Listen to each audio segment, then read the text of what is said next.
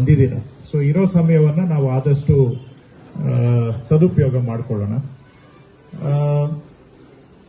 ಮಾನ್ಯ ಮುಖ್ಯಮಂತ್ರಿಗಳು ಸಿದ್ದರಾಮಯ್ಯನವರು ಹಾಗೂ ಮಾನ್ಯ ಉಪಮುಖ್ಯಮಂತ್ರಿಗಳು ಶ್ರೀಯುತ ಡಿ.ಕೆ. ಶಿವಕುಮಾರ್ ಹೆಸರುವಾಸಿಯಾದಂತಹ ಜಿಲ್ಲೆ, ಅಂತಹ ಜಿಲ್ಲೆಯಲ್ಲಿ ಉಸ್ತುವಾರಿ ಸಚಿವನಾಗಿ ಕೆಲಸ ಮಾಡುವುದು ಅಂದ್ರೆ ಒಂದು ಸೌಭಾಗ್ಯನೇ ಸರಿ ಅಂತ ನಾನು ಭಾವಿಸ್ಕೊಂಡಿದ್ದೇನೆ.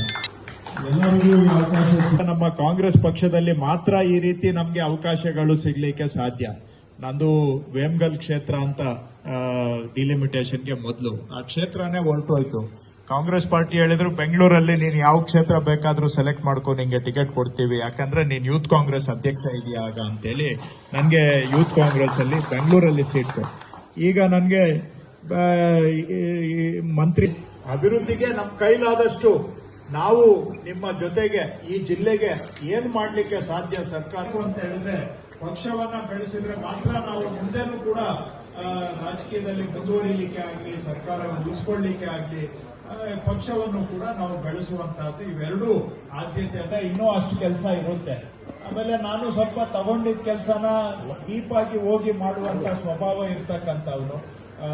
ಹಾಗಾಗಿ ಅಲ್ಲಿ ಹೆಚ್ಚಾಗಿ ತೊಡಗಿಸಿಕೊಂಡು ಕೆಲಸ ಮಾಡುವಂತದ್ದು. ಮತ್ತೆ ನನಗೆ ಬೇರೆ ಬೇರೆ ಜವಾಬ್ದಾರಿಗಳು ಕೊಟ್ಟಿದ್ದಾರೆ. ಅದರ ಜೊತೆಗೆ ಈ ಜವಾಬ್ದಾರಿಯನ್ನು ಕೂಡ ಕೊಟ್ಟಿದ್ದಾರೆ. ನಾನು ಇಲ್ಲ ಸರ್ ನನಗೆ ಇರೋದೇ ಕೆಲಸ ಜಾಸ್ತಿ ಇದೆ, ನಾಳೆ ಉಸ್ತುವಾರಿ ಅಂತ ಜವಾಬ್ದಾರಿ ತಗೊಂಡ್ಮೇಲೆ ಬಹಳ ಪ್ರಾಮಾಣಿಕವಾಗಿ ಆ ಕೆಲಸನೂ ಮಾಡಬೇಕಾಗುತ್ತೆ.